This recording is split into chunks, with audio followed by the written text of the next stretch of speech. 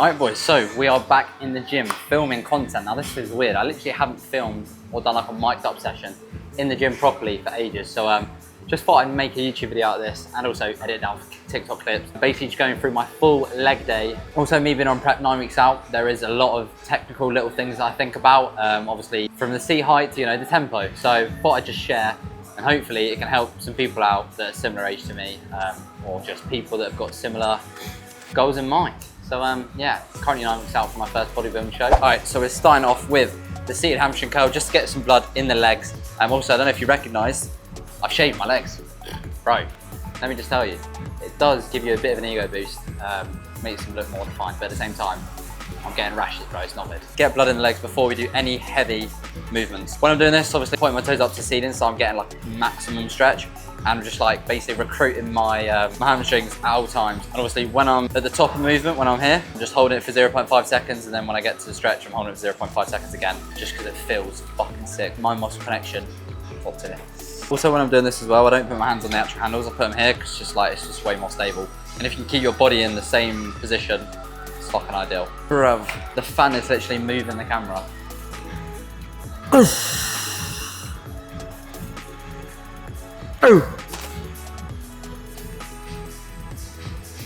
Go.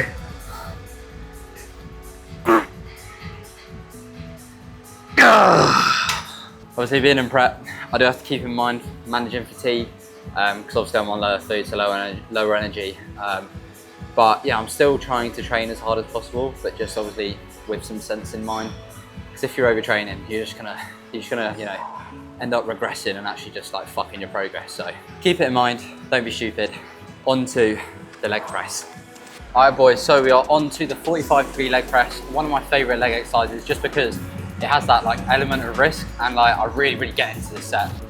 First set for this, I know, 1 rep from reserve, not a fan to be honest, but obviously fatigue is fatigue. You can't just, do a million sets all to failure and expect in prep to, grow. Or even maintain. So yeah, obviously 1 rep in reserve for this one. The first couple weeks doing like 1 RIR, I did struggle, but now I've kind of got the hang of it. When I'm doing my warm-ups, I like to just, pause in the stretch for about 1 second just to make sure all the joints and like everything in the lower region of my body is all warmed up because you don't want to be fucking anything up this close to a show. I'm not even that close, but you know what I mean. And obviously I'm keeping my feet quite low down on the pad just to tighten my quads a bit more. Yeah, that's pretty much what I think about. Obviously breathing is essential as well. Like obviously take a big deep breath. I like to breathe either on the eccentric or just when I'm holding it at the top. Breathing is a lot, especially breathing and bracing is a lot, especially in like these big lifts. So let's get on to it. Also, if you're wondering, I'm not gonna lie, I don't listen to fucking music. This is boring me and I just don't know, I just get used to it so quickly. So gym music for today, I don't really hear it. Just too locked in, okay? Man, I've missed chatting to the camera, holy shit. Keep burping, bro. It's a sick leak dextrin.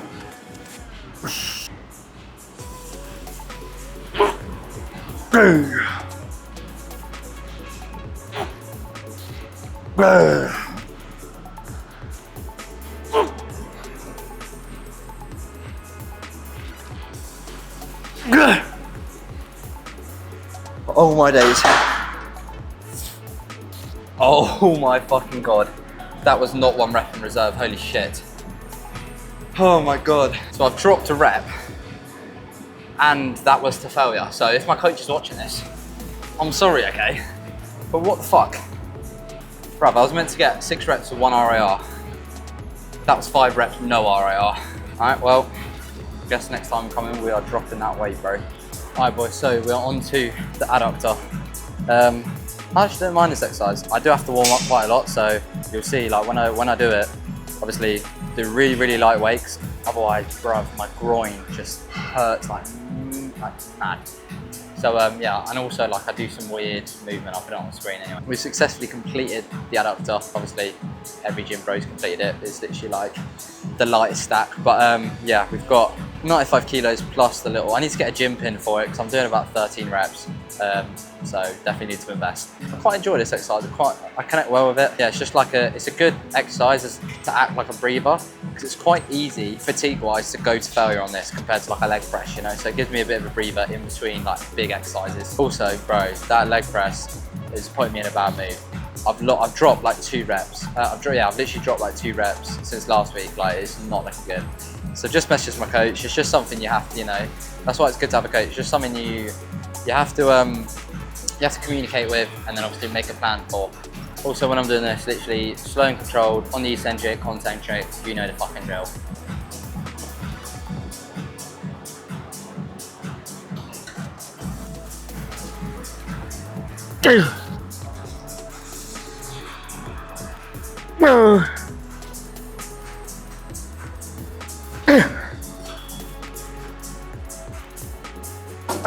And that is where you don't go for another rep, because I'm definitely not getting that. Gained a rep on this though, so up and down, but obviously I prefer to progress on the leg press and the fucking adductor. Alright, ladies and gents, we have got the leg extension. It's self-explanatory really. Obviously I'm fortunate enough to be able to be using a prime leg extension where you can change the resistance path. Obviously you want it to be heavier at the bottom than it is at the top. I put it on number 5, so it's like heavy in the start to middle, if that makes sense. I don't know if that's too confusing. I like to wear wrist straps as well. Shout out to Hardbody. Just because it keeps me into the machine and I don't have to worry about grip strength, I don't have to worry about, you know, changing when my hands are. I'm just locked in and all I'm thinking about is the quads. Obviously some people will be coming at me saying like, oh, you're not big enough to, like, you know, be able to use these on a leg extension, you know. And for part of me, I do agree. But at the same time, like, if you can eliminate all those external factors and just focus on the actual muscle that you're trying to recruit, then I think, you know, why not use that technique? So here goes nothing. Cyclic dextrin, man, it's getting to me.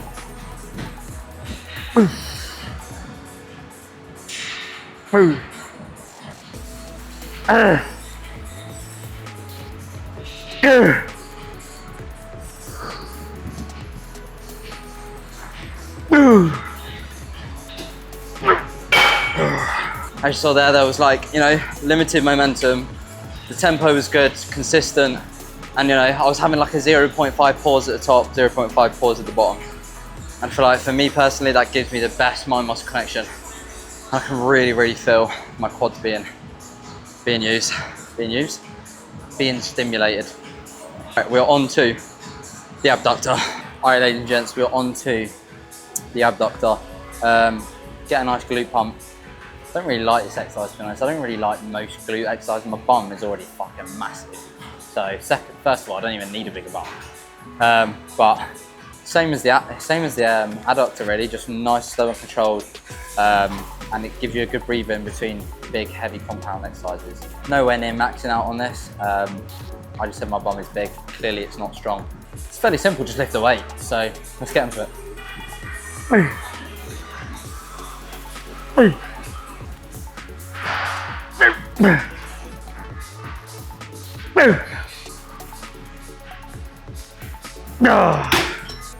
Oh.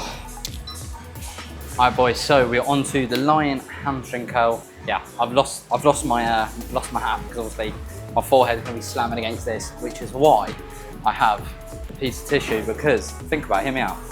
If your forehead, or like other people's foreheads, is just rubbing against this, it's going to be sweaty as hell.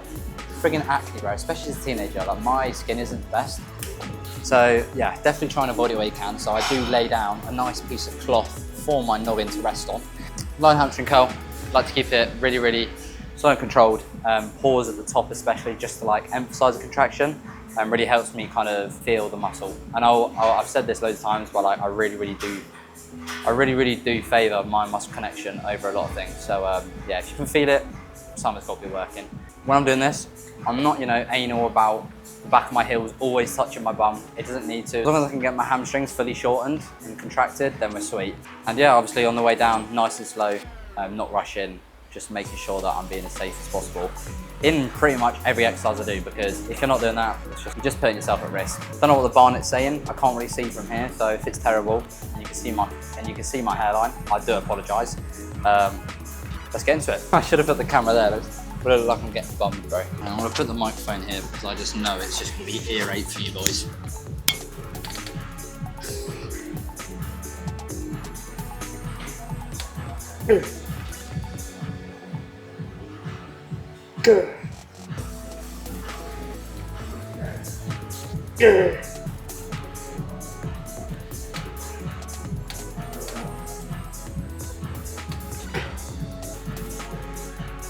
don't know if we count that. Yeah, I gotta watch that replay back.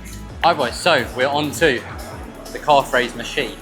Now I do the standing, not the seated. I feel like I better recruit my actual gastrocnemius, my actual calf muscle better when I'm doing standing, as well as when I'm doing the seated, it's more like my soleus. If that makes sense? Don't want to get too sciencey on you boys. Also, obviously there's been loads of science saying, oh, in the half rep portion compared to like the full rep.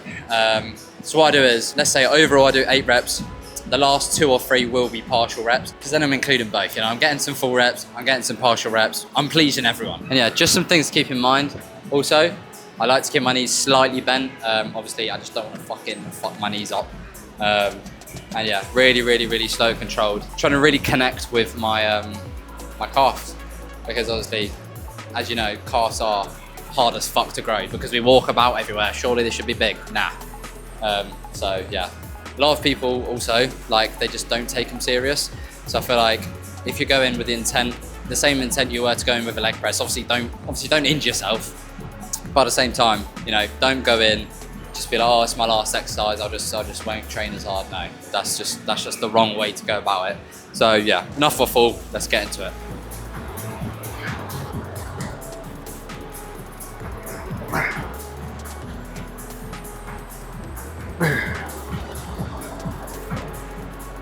Move.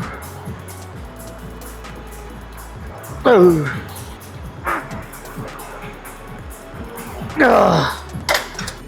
Can you even call them partials? Because it doesn't feel like it. It feels like I'm literally going 1 centimetre up, 1 centimetre down. Alright boys, that's going to wrap up the full leg day that I'm using 9 weeks out from my first ever bodybuilding show. Obviously, I hope you boys took something from this. These things that I talk about are just the subtle cues that I think about when going into the lifts.